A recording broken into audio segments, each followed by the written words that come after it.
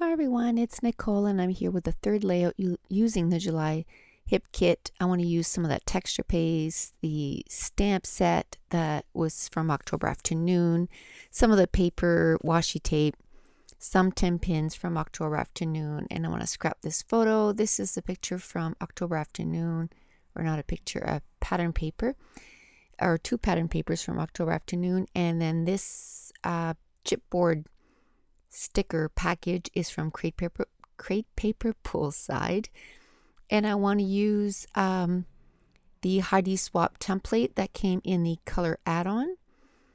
And this month we had some texture paste, but it's a little different. It's like transparent paste, and the one that came in the kit was the matte, and I had almost everything that was in the kit, so what I did was I just ordered the paste on my own, and the only thing that they had at Simon Says Stamp was the glossy, but that's the only difference, and it takes forever to dry.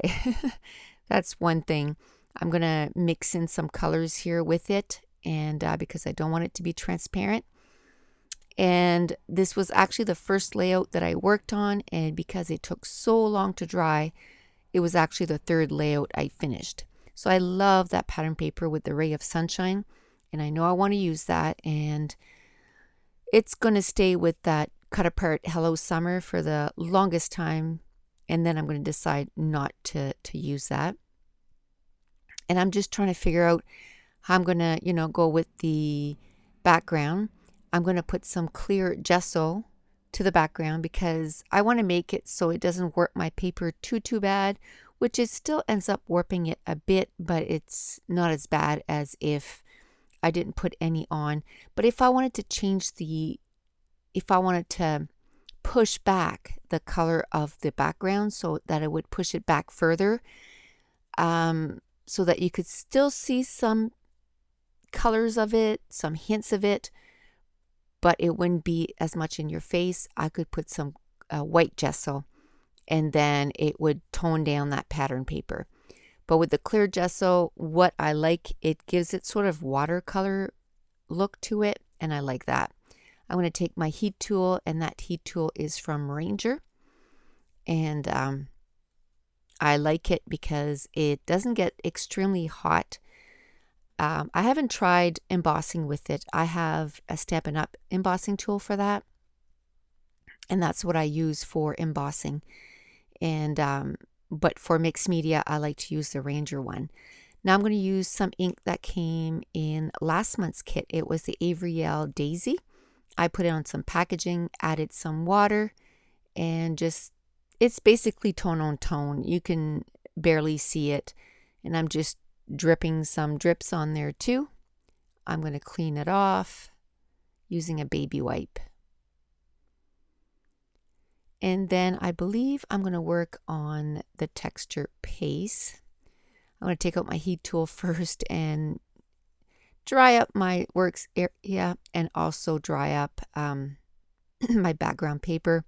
Kind of multitasking here while I'm drying. I'm opening up that template, and I know I want to put it on the background. I found it was because I put drops on it. It was taking a little too long, so I like to take a roll of paper towel, kind of soak up the excess moisture, and then it dries up much faster. And that template from Heidi Swap also comes with a stamp set that says this is it, and I'm also going to use that.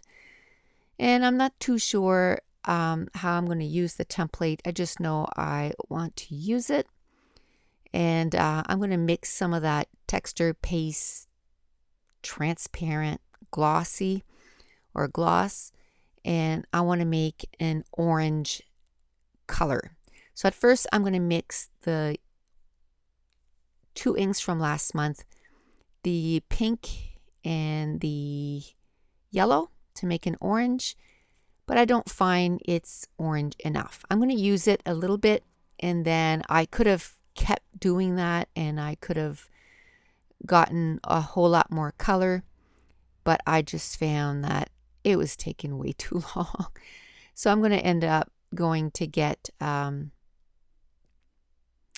distress paint maybe it's not distress paint, maybe it's just a Ranger's paint, but one of my paints from my stash. See, it is orange, but I found that I was going to have to, mix it.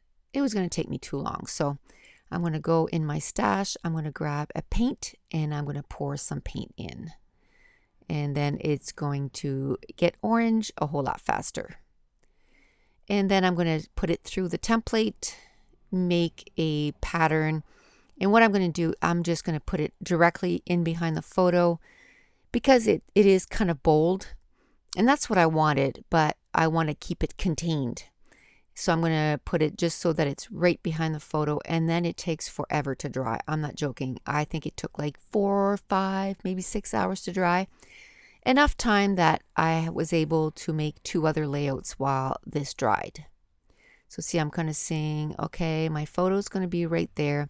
I mounted my photo on one of the October Afternoon pattern papers, the one with just the gray dots. And for now, and then, but I'm kind of going, okay, this is where my photo is going to go. So I'm just going to do one sweep of putting that paste on. And I'm putting it even underneath where I know the photo is going to be because, I mean, it was mixed, so I might as well use it up. Now, I don't know if I remembered to mention at the beginning, but this layout took me 1 hour and 4 minutes to complete. And I like to let you know how long it, takes me to do a layout because they don't just, I don't wish. I was going to say, I wish they just kind of magically appeared.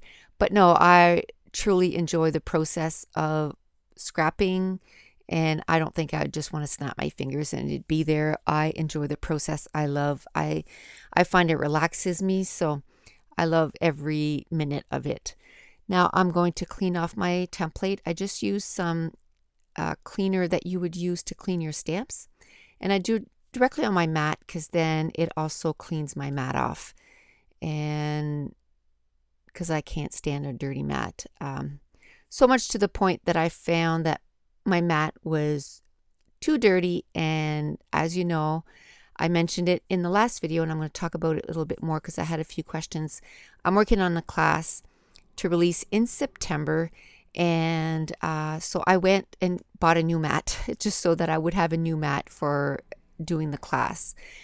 And I'm going to talk about, like I said, a little bit more in a couple of minutes. But first, I had a scrap from a previous layout, and it was just like an L shape, so I just used what I had. It was just a little L shape and I didn't want to throw it out, so I matted it on the left side of the photo. And now I'm mounting the whole thing on a yellow cardstock, and I just used the middle of it. I thought maybe of using it on this layout, and I might go back and just mount the whole thing on the yellow cardstock. I haven't done it yet, but I might do that because I found the edges are curling, and that yellow really coordinates well with it. So I might do that. I'll see. I haven't done the journaling on this yet. So when I do the journaling, I'll be sure to, I'll decide then whether or not I want to mount it on that or not. And then I'll do so and put it in my album. So now the paste has dried. I mounted it on that October Afternoon, the words pattern paper, and then on the yellow cardstock. Now I'm mounting it on the back side of that October Afternoon pattern paper, which is all patio lantern lights, and I'm just using it as the color gray. Like, you don't see the light bulbs, so that's not even going to be an issue. Why are there light bulbs on this layout? But I just wanted it for the color. And while I'm just going to play around with the embellishments here, I decided to take away the little 3x4 card that said something about summer, and I'm just going to use this frame, and I'm going to stamp on the inside of it with that stamp set that says "This is it." And while I'm playing around, I'm just going to mention what I said I was going to talk about, the class. So I started working on it yesterday, which was August 11th, and it's going to be a start to finish how I build the kit right to getting as many layouts from that kit as you possibly can. And the difference between that and these videos that are on YouTube that are free for everyone is I go way more into detail. This goes like super fast, and I talk about it a little bit, but I'm going to talk more about my thought process and what I think about when I do a layout, and what I think about the embellishments, and how I literally go through the process from A to Z. And I have 2 weeks off, so I'm working every day on this, and I plan on getting it done in the 2 weeks that I am done.